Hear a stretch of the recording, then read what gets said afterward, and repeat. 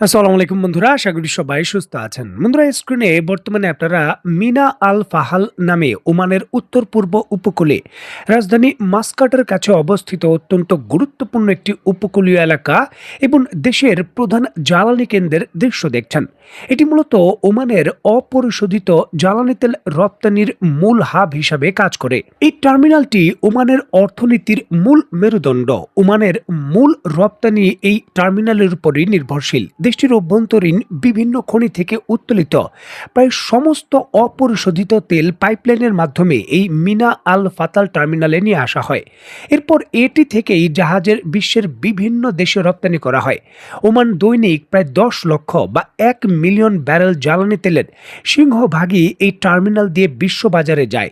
যেহেতু এটি হরমুজ প্রণালীর বাইরে অবস্থিত, সুতরাং ইরান যুদ্ধ চলাকালীন সময়েও ওমানের তেল রপ্তানিতে কোনো ধরনের প্রতিবন্ধকতা তৈরি হয়নি। দেখুন, এই টার্মিনালটিতে অত্যাধুনিক প্রযুক্তি ব্যবহার করা হয়। এখানে গভীর সমুদ্রে তেল খালাসের জন্য সিঙ্গেল বুই মোরিং, এসবিএম বা সাবসি পাইপলাইন সিস্টেম রয়েছে।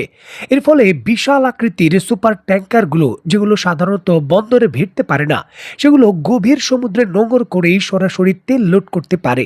পেট্রোলিয়াম ডেভেলপমেন্ট ওমান পিডিও 2টি, এসবিএম এবং সেল ওমানের একটি, মোট 3টি এই ধরনের বোরিং দিয়ে দৈনিক প্রায় 10 লক্ষ ব্যারেল বা 1 মিলিয়ন ব্যারেল জ্বালানি তেল এই মিনা আল ফাহাল নামক যে টার্মিনাল রয়েছে তা দিয়ে ওমান রপ্তানি করে, যেখানে কোনো ধরনের প্রতিবন্ধকতা বা কোনো ধরনের হামলা এর পূর্বে কখনোই হয়নি। যদিও পূর্বে কোনো ধরনের হামলা এই টার্মিনালটিতে হয়নি, তবে নতুন করে আজ ভোর রাতের দিকে ওমানের একমাত্র অতি গুরুত্বপূর্ণ এই টার্মিনালটির ভেতর শক্তিশালী ড্রোন হামলার ঘটনা ঘটেছে। দেখুন, মিডল ইস্ট আই থেকে শুরু করে দ্য টাইমস অফ ইসরায়েল এবং রয়টার্স থেকে শুরু করে বাংলাদেশের সংবাদ মাধ্যম, সকল সংবাদ মাধ্যমেই এখন অন্যতম বড় সংবাদ শিরোনাম হলো ওমানের এই টার্মিনালের ভেতরে হামলা।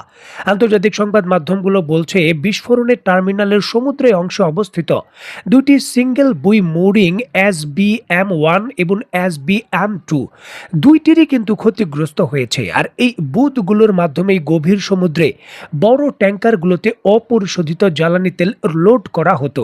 এই হামলার পরপরই ওমানের এই টার্মিনালটি দিয়ে সকল ধরনের তেল রপ্তানি কাজ বন্ধ হয়ে গেছে।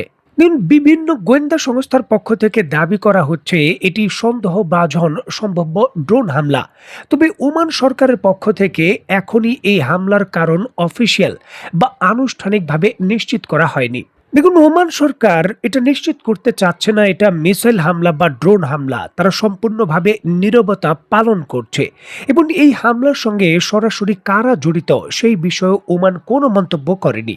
তবে যুক্তরাষ্ট্র এবং অন্যান্য দেশ এই হামলার পেছনে সম্ভাব্য ইরান জড়িত এমনটা কিন্তু ইঙ্গিত করার চেষ্টা করছে।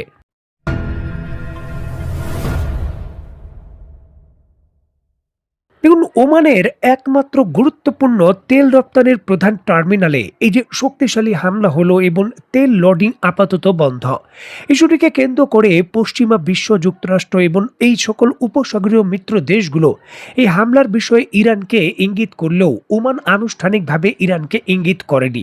এর একটি কৌশলগত কারণও আছে। ইরানের সঙ্গে ওমানের সম্পর্ক বর্তমানে খুবই শক্তিশালী।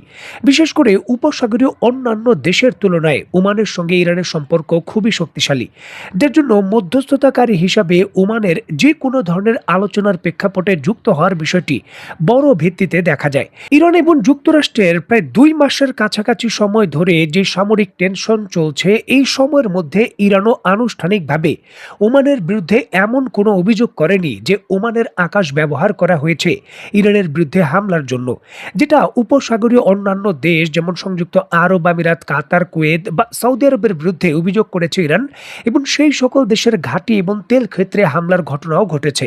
তবে ওমানের ক্ষেত্রে এমনটা হয়নি। এমনকি হরমুজ প্রণালী নিয়ন্ত্রণ এবং টোল আদায়ের যে বিষয় রয়েছে, সেখানে যৌথভাবে বর্তমানে ইরান এবং ওমান কাজ করছে। এখানেই কিন্তু মূল গেম চেঞ্জারের বিষয়। দেখুন, ডোনাল্ড ট্রাম্প এর পূর্বে তার বক্তব্যে পরিষ্কারভাবেই ওমানকে হুঁশিয়ারি দিয়েছিলেন যে হরমুজ প্রণালীতে যে টোল আদায়ের প্রক্রিয়া, সেখানে ইরানের সঙ্গে যুক্ত হয়ে যদি ওমান কোনো পদক্ষেপ নেয় তাহলে ওমানকে উড়িয়ে দেওয়া হবে। সরাসরি ডোনাল্ড ট্রাম্প এমন হুমকি দিয়েছিলেন। আর এই হুমকির পরে কিন্তু আনুষ্ঠানিকভাবে ওমানের তেল ক্ষেত্রে এই শক্তিশালী হামলা হলো। দেখুন, যদিও বলা হচ্ছে যে এই হামলার পেছনে ইরানের শায়দ 136 ড্রোন রয়েছে, সেই ড্রোনই ব্যবহার করা হয়েছে। তবে এখানে ইরানি এই ধরনের ড্রোন ব্যবহার করেছে বা যুক্তরাষ্ট্র করেনি, সেই বিষয়গুলো নিয়ে সামরিক যারা বিশেষজ্ঞ রয়েছেন তারা কিন্তু সন্দেহ প্রকাশ করেন। এর কারণ হলো যুক্তরাষ্ট্র শায়দ 136 ড্রোনের যে রেপ্লিকা রয়েছে বা হুবহু কপি রয়েছে সেটা তৈরি করেছে এবং মধ্যপ্রাচ্যে সেটি তারা মোতায়েনও করেছে। এখন যুক্তরাষ্ট্র এই ইরানের শায়দ 136 ড্রোন যেটা কপি করেছে, সেই ড্রোন দিয়েই যদি হামলা করে তাহলে সেটি কিন্তু ইরান হামলা করেছে এমন বিষয়ে চাপিয়ে দেওয়া সম্ভব। এটি পুরনো আমলের যে ফলস ফ্ল্যাগ হামলা রয়েছে, মানে নিজেরাই হামলা করে অন্যের উপর দোষ চাপিয়ে দেওয়া, এই ধরনের কোনো কিছু কৌশল কিন্তু হতে পারে, যেটা সামরিক বিশেষজ্ঞরা কিন্তু উড়িয়ে দিচ্ছেন না। যেহেতু ওমান এই বিষয়ে নীরব রয়েছে, দেখুন, যুদ্ধক্ষেত্রে নীরবতা এবং যাচাই বাছাই ছাড়া এই ধরনের স্টেটমেন্ট দিতে চাচ্ছে না ওমান। বিষয়গুলো তারা যাচাই বাছাই করতে চাচ্ছে। যদি ইরান সম্ভাব্য হামলা করত, সরাসরি কূটনীতিকভাবে বড় বার্তা ওমান দিতে পারত। তবে এই ক্ষেত্রে ওমান নীরবতা পালন করছে। পরিষ্কারভাবে বোঝা যায় এই ধরনের সামরিক প্রতিক্রিয়ার মাধ্যমে ওমানকে শক্তিশালী বার্তা দিচ্ছে একটি পক্ষ।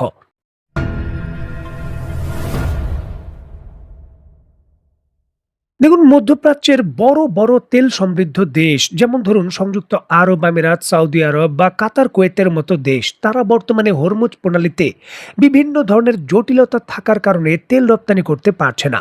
তবে ওমানের জন্য এই প্রতিবন্ধকতা ছিল না। এই জন্য ওমান অর্থনৈতিকভাবে প্রচণ্ডভাবে লাভবান হচ্ছিল উচ্চ মূল্যে তারা তেল রপ্তানি করে, যেটি ওপেকভুক্ত উপসাগরীয় অন্যান্য দেশের জন্য চ্যালেঞ্জও তৈরি করছিল। এখন এই সকল দেশও কিন্তু চাচ্ছিল না যে হরমুজ প্রণালীর যে প্রভাব রয়েছে তা থেকে সরাসরি পরিত্রাণ পেয়ে যাক ওমান। বিশেষ করে যদি তারা ঝামেলায় না জড়ায় তাহলে ইরানের বিরুদ্ধে সরাসরি কোনো কূটনীতিক পদক্ষেপে তারা হয়তো যেতে চাইবে না, কারণ তাদের যে টার্মিনাল রয়েছে খোলা সমুদ্রে, হরমুজ প্রণালীর সঙ্গে কোনো সংযুক্ত নেই। আর এই ক্ষেত্রে কিন্তু সম্ভাব্য এই হামলাটি পুরো মধ্যপ্রাচ্যের পরিস্থিতি সম্পূর্ণ ঘুরিয়ে দেবে। দেখুন, নতুন করে ইরানের বিরুদ্ধে যে কোনো ধরনের হামলায় ওমানের অবস্থান কি হবে, মধ্যস্থতাকারী নাকি সরাসরি প্রতিক্রিয়াকারী, সেই বিষয় নিয়ে এখন নতুনভাবে জটিলতা তৈরি হলো।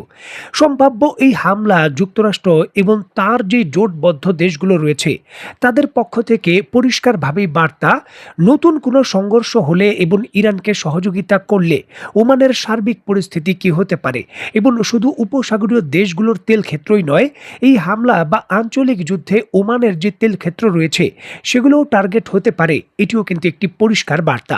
সামরিক বিশেষজ্ঞরা বলছেন যে যদিও বর্তমানে যুক্তরাষ্ট্রের পক্ষ থেকে দাবি করা হচ্ছে ইরানের সঙ্গে সম্ভাব্য আলোচনার মাধ্যমে সমাধান হতে পারে, তবে বাস্তবতা হলো এই ধরনের হামলা এবং অভ্যন্তরীণ উত্তেজনার জটিল পরিস্থিতি বড় ধরনের আঞ্চলিক যুদ্ধের একেবারে দ্বার প্রান্তে মধ্যপ্রাচ্যকে হয়তো দাঁড় করিয়ে দিয়েছে, যেটি যে কোনো সময়ে সংঘটিত হয়ে যাওয়ার এখন শুধু দ্বার প্রান্তে। দেখার বিষয় যে চূড়ান্তভাবে এই ধরনের হামলা পাল্টা হামলার বিষয়গুলো স্বাভাবিকভাবে সমাধান হয় নাকি যুদ্ধ আরও বাড়িয়ে দেয়। তো বন্ধুরা, আজকের মতো বিদায়। নতুন কোনো ভিডিও নিয়ে আবার দেখা হবে।